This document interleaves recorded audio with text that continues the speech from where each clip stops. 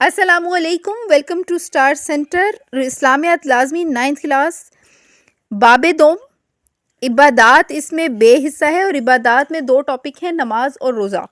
Page number ہے میرے پاس 21، تو 9th کلاس والوں کا ہے یہ۔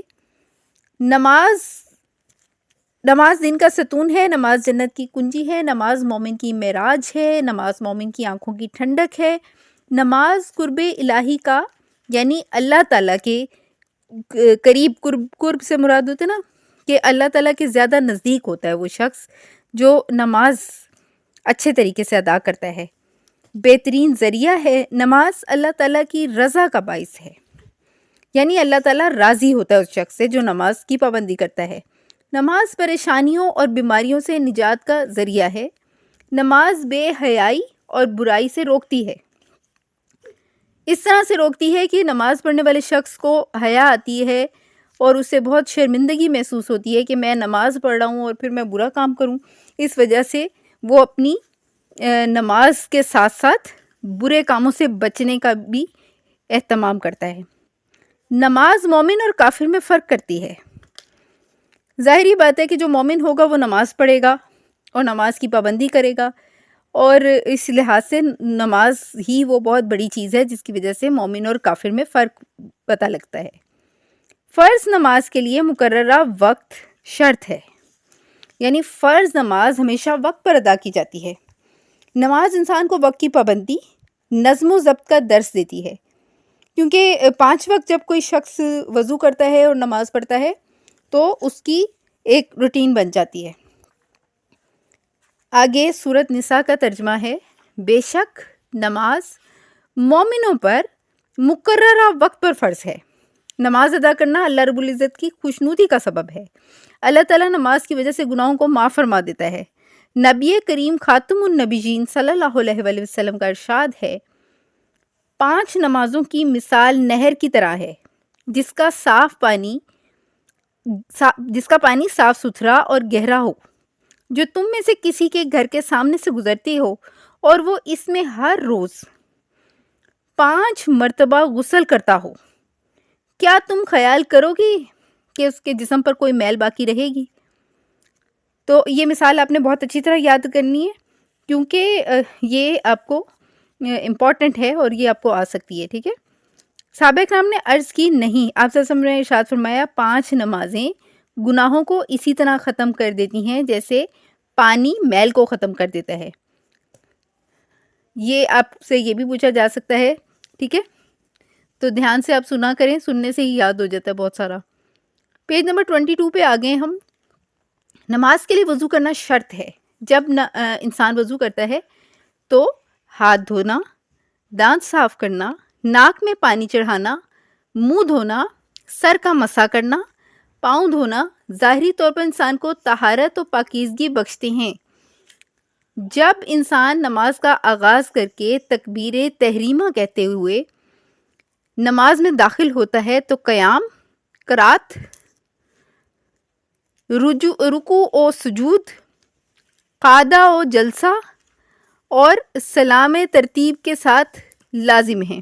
یہ سارے نماز کے جو تمام طریقے ہیں جس طریقے سے ہم لوگ نماز شروع کرتے ہیں اور جو پرفارمنس اس میں پرفارم کرتے ہیں اس کے بارے میں ہے۔ ارکان نماز کی ترتیب اور اس کی پابندی ہمیں نظم و ضبط کا درس دیتی ہے، ٹھیک ہے۔ انفرادی نماز کے ساتھ ساتھ باجماعت، انفرادی کہتے ہیں اکیلے نماز پڑھنے کو، باجماعت سب کے ساتھ مل کر نماز پڑھنا ادا کرنے کی بہت فضیلت ہے۔ نبی کریم صلی اللہ علیہ وآلہ وسلم نے ارشاد فرمایا، باجماعت نماز اکیلے نماز سے 27 درجے افضل ہے، ٹھیک ہے، یہ 27 درجے افضل آپ نے یاد رکھنا ہے۔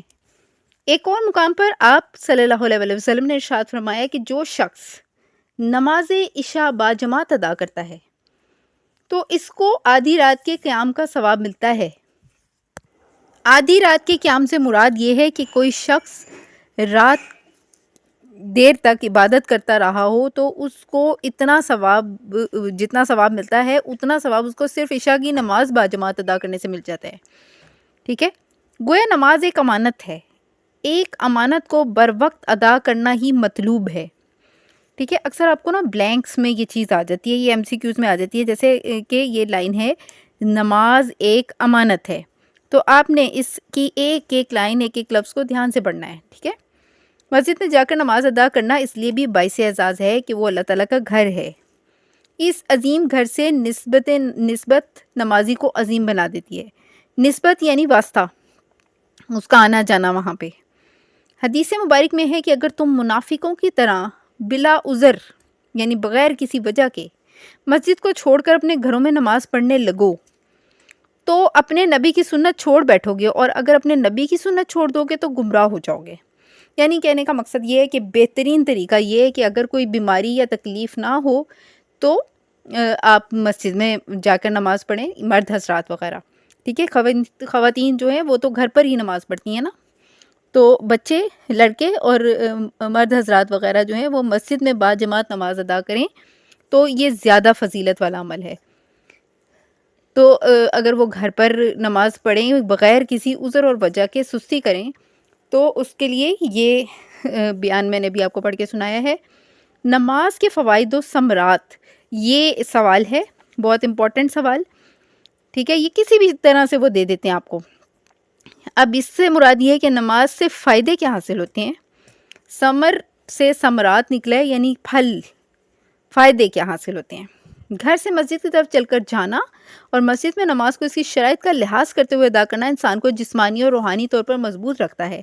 فجر کی نماز کے لیے صبح کو بروقت اٹھنا، چہل قدمی یعنی کہ چلنا پھرنا صبح کرتے ہوئے مسجد جانا بذات خود ورزش کا درجہ رکھتا ہے، جس سے انسان کو روحانی اور جسمانی فوائد حاصل ہوتے ہیں.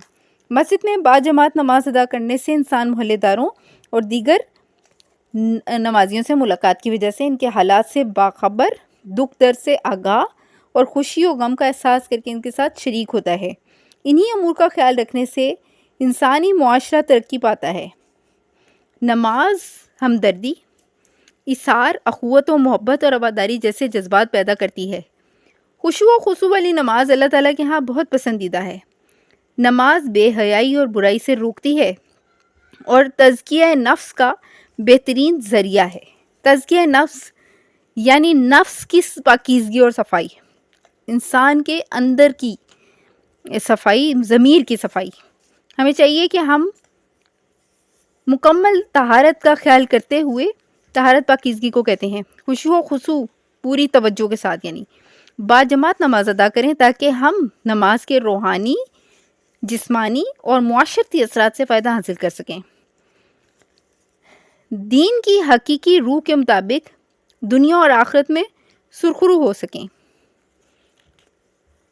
یہاں پر ہمارا 9th کلاس یہ جو ٹاپک تھا آپ لوگوں کا نماز کا وہ ختم ہوا، اور صفحہ نمبر 23 پر اس کی ایکسرسائز ہے تو اس کو بھی دیکھ لیتے ہیں. نماز کو قرار دیا گیا ہے جنت کی کنجی، جنت کا دروازہ، جنت کا حسن، جنت کا ستون، تو یہ جنت کی کنجی آئے گا.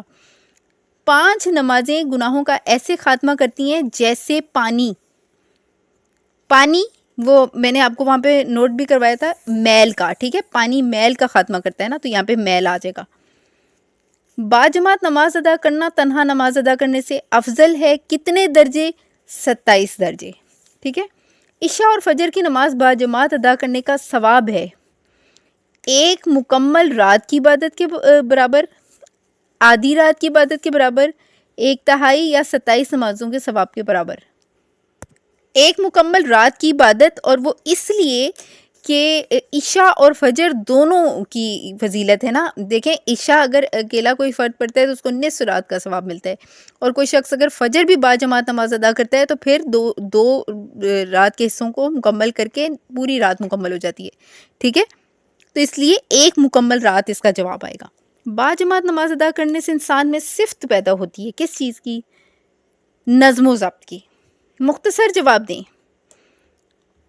وقت پر نماز کی اہمیت کے بارے میں کسی ایک آیت کا ترجمہ تحریر کریں. یہاں پر پیج نمبر 21 پہ میں نے آپ کو پڑھایا تھا نا سورۃ نساء کا ترجمہ. بے شک نماز مومنوں پر مقررہ وقت پر فرض ہے. تو اس سے پہلے والی ایک لائن سے آپ شروع کریں گے. فرض نمازوں کے لیے مقررہ وقت شرط ہے. نماز انسان کو وقت کی پابندی اور نظم و ضبط کا درس دیتی ہے. تو پیج نمبر 21 پہ اس کا آنسر ہے پہلے شارٹ کا. پھر دوسرے نمبر پہ آپ کا سوال آ جاتا ہے 5 نمازیں ادا کرنے کے بارے میں نبی کریم صلی اللہ علیہ وسلم نے کون سی مثال دی؟ تو یہ میں نے آپ کو نوٹ کروائی تھی پیج نمبر 21 کے لاسٹ میں، جو 2-3 لائنیں ہیں نہر کی مثال والی، وہ آ جائیں گی، ٹھیک ہے۔ نماز کی فضیلت کے بارے میں 2 جملے تحریر کریں، سوال نمبر 3 ہے آپ کا، یعنی شارٹ 3 ہو جائے گا۔ نماز کی پابندی ہمیں نظم و ضبط کا درس دیتی ہے۔ انفرادی نماز کے ساتھ ساتھ با جماعت نماز ادا کرنے کی بھی بہت فضیلت ہے۔